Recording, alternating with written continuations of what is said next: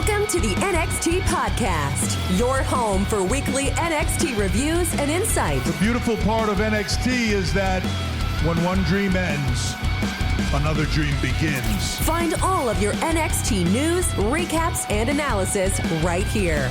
So with that being said, we only have one question for you. Are you ready? We thought so. Let's get the show started right now. All right, everyone, this is Memphis Mark coming to you from Mullet Manor. We're going to do the NXT review for March 14th. That's right, they actually start off doing a little review of Roadblock and setting up a course for Stand and Deliver WrestleMania weekend. And so, you know, they HBK, and Waller's been going after HBK wanting one last match. And HBK brought out Johnny Gargano and let him know that that's who he will be, going against. And the crowd loves him. They welcome him home. It's a big deal. And then the announcers pop up and say, hey, you see what Waller's tweeting out or putting it live on Instagram? And it ends up being that Mr. Waller is going to show up at Johnny Gargano's home because, you know, Johnny's there at the studio. So that's how it starts off. Johnny Gargano now leaves the ring and he is headed to his house. All right. And then they've got a tag team title match against Pretty Deadly, old Kip and Elton. And they're going against the Gallus guys, the Gallus brothers, the Galluses, however you want to put it. And they have a pretty good match, probably ends up being the best match on the card tonight. But I got to say, Kip and Elton, they can sell good. And, both teams are good, but man, Gallus was using a simple move like an arm drag, and they were making it look like $1 million. They really have that old school catch as catch can. I mean, they do a great job. And this was it was a good match. You think Pretty Deadly's getting ready to get the belts back because they get a distraction to the referee. Then it's a belt upside, I believe, Coffey's head, and he kicks out. That allows Gallus to come back, make a couple of moves, and boom, they pin Pretty Deadly, and that is the end of that. And then, they're going to have Fallon and Briggs. They're sneaking into Kiana James's office, trying to find some dirt. And maybe they did. I don't know, but they keep showing up. So the high school things, college things continue on. And then they've got to have the Roxanne Perez update, and HBK is on there. You've got Doc B. We're just going to call him. I can't remember his name, but of course, probably one of the staff doctors, I'm guessing. And he says that Roxanne is still not cleared to compete. So, back in the old days, you would have to, if you had a belt and you couldn't defend it in 30 days, you lost it and they had a tournament. So I wonder if they're setting that up. But then you got a qualifying match for the ladies title coming up at Stand and Deliver, a ladder match. And you've got, in this one, you've got Solo Ruka and Zoe Stark, Now, Zoe is just a badass. She's good. She's always good. But now Solo is just impressing me every week. She's getting better and better. This week she's sold the best I've seen her doing. She's got great timing. Man, she's got a moonsault off the top rope that is freaking amazing. She's got everything there. It just needs the time and in-ring action. There's no better substitute for learning how to wrestle than being in there while they're wrestling. So that is pretty much how that goes. Now Zoe is going to win this match, and it was okay. Yeah, it was okay. It was. So I've had two matches now. been okay. The promos have been terrible. Speaking of, they have a Scripps promo. And that's all I'm going to say on that. And then you've got Isla Dawn and Alba Fire in a three-way match with Carter and Chance, the ex-champs. And you got Tatum Paxley and Ivy Now. So it's three people in the ring at one time. So that's okay. They had some good action, of course. Carter and Chance are going to impress always. Tatum Paxley had a few good moves. Then Dawn and Fire are just badasses. So, they're trying. And what it comes down to is you've got Paxley turns on Ivy Now in a weak manner by just not taking a tag. And so that's setting up those two. Then you got Carter and Chance still in there with Dawn and Fire.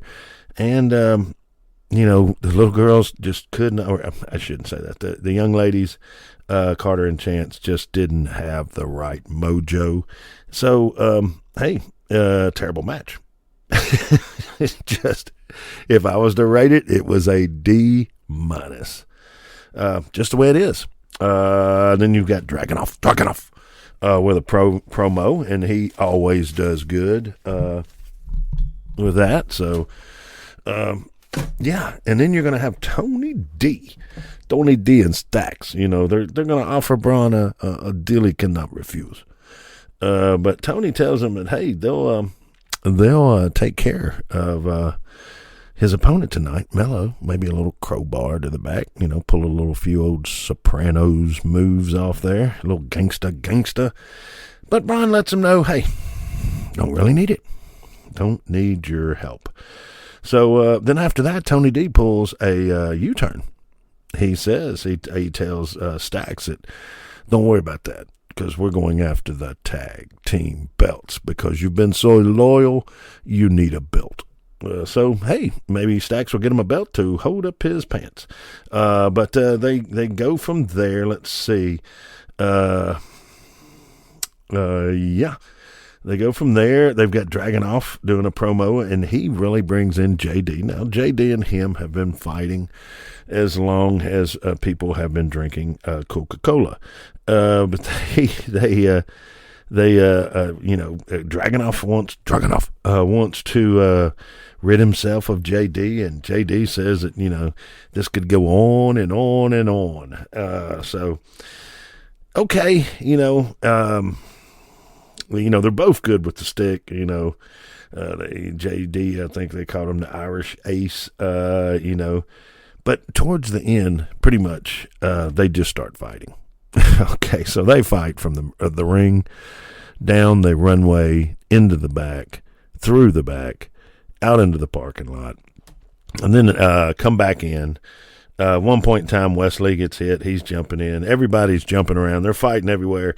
It is organized chaos, my friends. But that's the way it is going to be. So we, let me see, we had that one. The Pretty Deadly comes out. That's when they declared that they want to be the host of Stand and Deliver.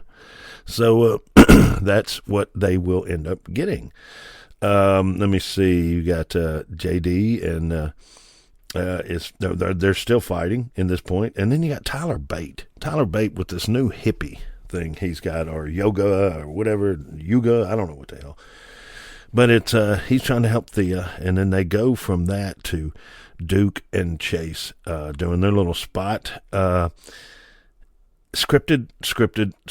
Okay, Wesley does the open challenge, and then it's just so many people trying to get in there, so there's never really an open challenge, just a lot of organized chaos. And might I say, when they had all the guys trying to fight to get out there, that was some of the weakest stuff I've ever seen. I mean, I hate to be negative. Hate it, I tell you. Hate it. It is what it is. Dragon Lee, they introduced Dragon Lee, kind of a weak little start there, but, I'm sure with the name like Dragon Lee that he's going to be very, very good. I've seen a little bit, but not too much. Then you got Dalba Kato and Apollo Crews doing their little promo. And you got to throw JC Jane with the arm sling, talking about Gigi, saying as soon as she gets well,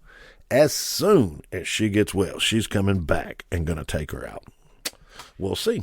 We will see. Apollo Crews is now actually, the match is up, and it's him and Daba Kato. And, Apollo, before the match is even going, he's doing his little meditation. Of course, the camera just happens to be on him. And then Kato comes out, man, and, when Kato is on his knees, they're the same height, Apollo and Kato. So that when Kato was on his knees, there were some really good moves there. All right. Kato's going to win this match. It's just not a good match. It's just not a good match. All right. Then they've got a promo. They've got Wesley and HBK talking, and HBK's got to give him a little come to Jesus kind of talk there. So, hey, okay. Then you've got Kiana James going against Gigi Dolan for a chance to get into the title picture. And, Kiana's definitely better, I think, in ring than Gigi. And Gigi just seems sometimes a little awkward. Sometimes she looks great. She just hadn't put the whole package together yet. Kiana, I think, is a little closer to putting that package together. It's just the way it is. Gigi, of course, is going to win this match. And then Fire and Dawn, you can't see them anywhere. And all of a sudden, they just snatch Kiana James out of the ring and start whooping on her until her boyfriend comes out and saves the day. Okay. See how this is moving along here? That just shows how the show was. Oh, man. Yeah, what can you say? But you're going to have Johnny G showing up at his house. So, of course, they've got to ruin all the landscaping, and they fight outside. It's okay. It's okay. I didn't like the fact that the wife come out with the kid. That's just a personal thing to me. Don't use your kid in something like that until they have a right to know whether they want to be in the picture. The fight at home, wife comes out with the kid, kind of strange. And then there, of course, they're going to have Briggs and Jensen and Kiana and Fallon. They're setting up a cat fight, but they've got the tag team belts, so they have to get things together. And then I started thinking a little bit, because the only thing we got left is the contract signing with Braun and Mello. And I'll do this real quick. Braun and Mello are out there. They're at the table. A couple words are passed, but I started noticing no host, or nobody with management out there. And the next thing you know, while I couldn't get it through my mind, here comes Pretty Deadly with some of the funniest looking pants. Anyway, they come on out, and they're going to be the host. And they say that you will not be able to know that they're there. So you know what's happens. They keep running their mouth. Everything gets all kind of in a whack. The guys end up taking their shirts off and then getting ready to throw down. But instead of throwing down with each other, they put Pretty Deadly through a table and then do a stare off. And wow, man, that is pretty much how it went. I don't know what to tell you. But what I did do, I went back and I started thinking, as far as them using wrestlers' homes or stuff like that, I was trying to think of some of the good ones. You had DDP coming after The Undertaker with a mask. That was a good one. Randy Orton did one. Of course, Seth. Seth just did one not that long ago, a couple years ago. Then you got to go back to like Brian Pillman. He did a real good one. Stone Cold. Man, look, Stone Cold and Booker T in the grocery store. If you haven't seen that, go back in YouTube, check it out. It's pretty funny. It's up there with Stone Cold going after Vince McMahon in the hospital room and hitting him with a bedpan. So it was just, and I know there's more out there. I just can't think. I remember Lawler, Jerry doesn't drink, and so they did an angle that they were going out to Lawler's house for an intervention, and they run across like a bunch of beer cans, and Lawler does a very, very poor drunk routine. So that was one, but I can't think. I mean, I'm kind of like I'm having a brain fart or something. I just can't remember all the stuff. But I started going, when the home invasion to me is not a great word at all to even use or play around with. So if you're going to do it, I started thinking, well, I wonder, has things changed? You hear stories about wrestlers coming out after they got through with their match, and then somebody slit their tires or broken windows. There's all kinds of great stories out there that the wrestlers have endured over their period of traveling around. And some of them are absolutely great. Lawler had one where a guy was going to throw a brick through his Corvette window, his windshield actually. And Lawler said, "Look, you throw that brick, I'm driving right over you." And the guy, of course, he picks up the brick and throws it through Lawler's window, or throws it at it and busts it. And Jerry, he puts it in drive and slams it, and then he moves like the guy had already flattened all four of his tires. So that didn't go very far. But there's all kinds of things like that. But let me see. I've got a few of some real oddball things that have happened to some of our beloved wrestlers. It's for real. You had somebody actually come into Hacksaw Jim Duggan's home. The man walked around the corner, and there is someone not supposed to be there. Of course, this guy was like 5'8", 5'10". Mr. Duggan is quite a bit bigger. So he proceeds to snatch the young man up, take his weapon, and hold his own weapon on him until the cops got there. So that's a good one. That's that he was able to help and save and do all good. But man, it's not something that needs to be. I don't think needs to be thrown out there in an angle. Just my personal opinion. And then the real strange one here recently was Sonya Deville. Sonya Deville was approached. She was, I believe, if I remember reading this right, she was on her back porch or in her backyard. And next thing you know, you've got somebody standing there looking at her eye to eye. And, he proceeds to come towards her, and they later find out that he had a knife and mace. So, luckily Sonya was okay. But people taking, you don't hear about people that do opera or stuff like that where fans get obsessed and do, well, I guess that could happen. Actually, now that I'm saying that, I have heard of that. So it's just strange how that works. It's sad that these people can't enjoy the fruits of their labor because they've got to worry about stuff like that.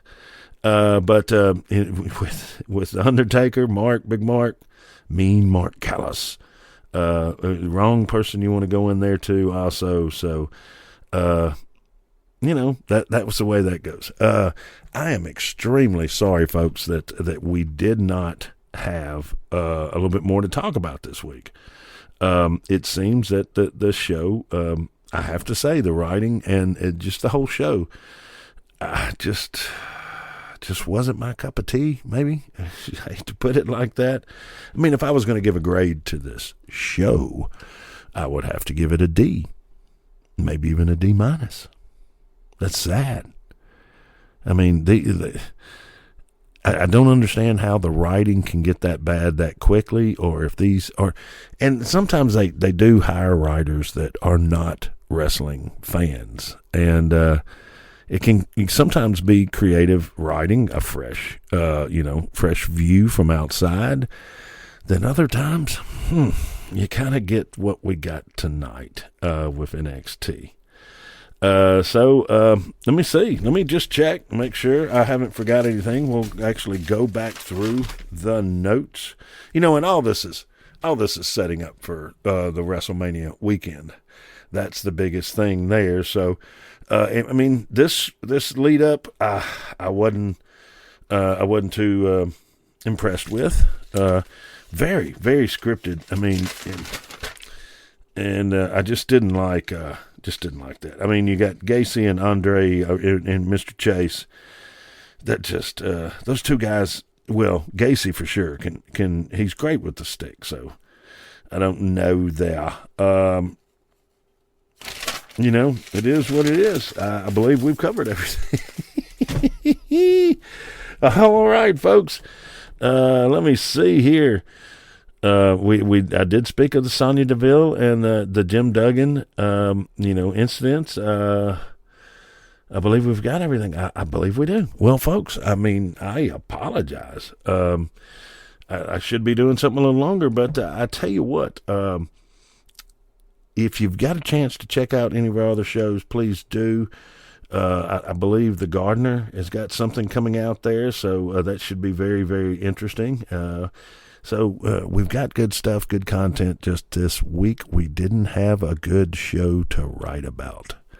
As sad as that is the way it is. So let me see. I do have a note here on something I saw that I thought was kind of funny. It's like, what are they doing now? Some of the wrestlers that were back in the day that kind of maybe have slipped through the cracks. What are they doing now? And I'm going to drop this real quick one on you, and then we'll close it out. I thought we would do a little something different whenever I had some time to fill, so let's go now. Everybody, of course, remembers Kane and the Undertaker's brother, but what's he doing now, man? The guy he's 2 years younger than myself, and he was inducted into the Wrestling Hall of Fame in 1995, and he is now the mayor of Knox County, Tennessee. So he is up there in Knoxville, running the city. I think it's great. He's 55, 56 years old. He ran in the Republican Party, and man, he's done great. Everybody that I've talked to up there, they like him. And this guy had some names, man. He was, let me see if I can remember right. Well, the Unabomber or Unabomb or something like that. Sid Powers, Spartacus. They called him Diesel at one time. Bruiser, Mastino. So some really good names there.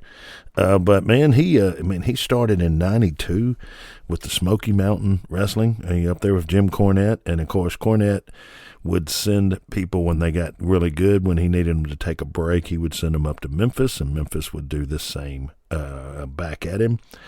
And it looks like in 95, he was brought up to WWE, and he did several different skits or he was changed around a lot. They didn't know what to do with him. Dean Malenko was one of his trainers, and Dean Malenko is just like right at his waist level. So but that's ring mat, and that's why I think Malenko's one spot with him, it was mainly getting him mat ready. He's a lot better than people think. If you go back and look at some of his stuff, he's very, very good. And then they had him being the half-brother of The Undertaker when Paul Bearer was out there. So, these are all good little things. He was really around in the Attitude Era, and so he's had a chance to do just all kinds of cards and just, been all over the world. So it's a great, great thing. He still does some appearances and stuff like that, but I think he was reelected, I know, like a year or two ago, though. So if you're reelected and you're a wrestler in a town like that, I haven't heard of anybody, but Jesse the Body Ventura is about the only other person I've seen come close. So anyway, all right, guys, we will just go ahead and call it a day. On this one, this is Memphis Mark, and it always rescue if you can, and spay and neuter, absolutely. And I hope everybody has a great, great week. All right, guys, this is Memphis Mark, and you know what? I'm out.